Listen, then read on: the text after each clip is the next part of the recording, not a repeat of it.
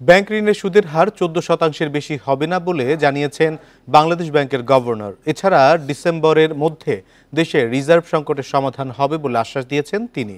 বৃহস্পতিবার দুপুরে গভর্নরের সঙ্গে দেশের শীর্ষ ব্যবসায়ীদের বৈঠক শেষে এ কথা জানান বিসিসিআইয়ের সভাপতি।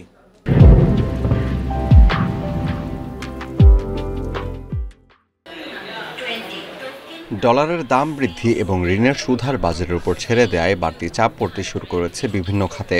এমন অবস্থায় বাংলাদেশ ব্যাংক গভর্নরের সাথে সার্বিক বিষয় নিয়ে বৈঠক করেন দেশের শীর্ষ ব্যবসায়ীরা। বৈঠক শেষে বিসিসিআই সভাপতি জানান, সুদহার 14%-এর বেশি হবে না বলে ব্যবসায়ীদের আশ্বাস দিয়েছেন গভর্নর। সুদের হার বাড়ানোর ব্যাপারটা আমরা ওনাকে বলেছি, উনি বলেছে এটা মার্কেটের উপর আমরা ছেড়ে দিয়েছি। ডলার এক্সচেঞ্জ যেমন মার্কেটের উপর ছেড়ে দিয়েছি, সেটাও মার্কেটের উপর ছেড়ে দিয়েছি। উনি বলছে বিভিন্ন ব্যাংকের কস্টটা 6 to 7% to 8%, এর চাইতে বেশি না। সেজন্য উনি মনে করছেন যে 114 টাকার উপরে কোনো অবস্থাতে ব্যাংকের ইন্টারেস্ট যাওয়া উচিত না, সম্ভব না। কেন্দ্রীয় ব্যাংকের বারবার নীতি পরিবর্তনের কারণে ব্যবসায়ীরা ক্ষতিগ্রস্ত হচ্ছেন বলেও জানান তিনি। প্রজেক্ট করতে আমি যে একটা কস্ট করব 10%, এখন এটা 14% যদি হয়, অবশ্যই এটা আমার ব্যবসার পলিসিতে আমার হ্যাম্পার হচ্ছে, এটা অবশ্যই হচ্ছে। এখন উনি বলছে যে না, এটা আর হবে না।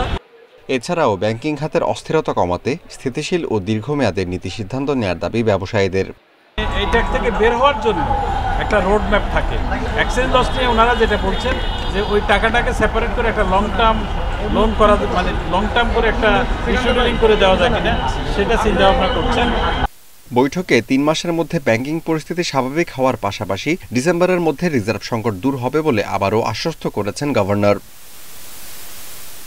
Amirul Islam, independent news, Dhaka.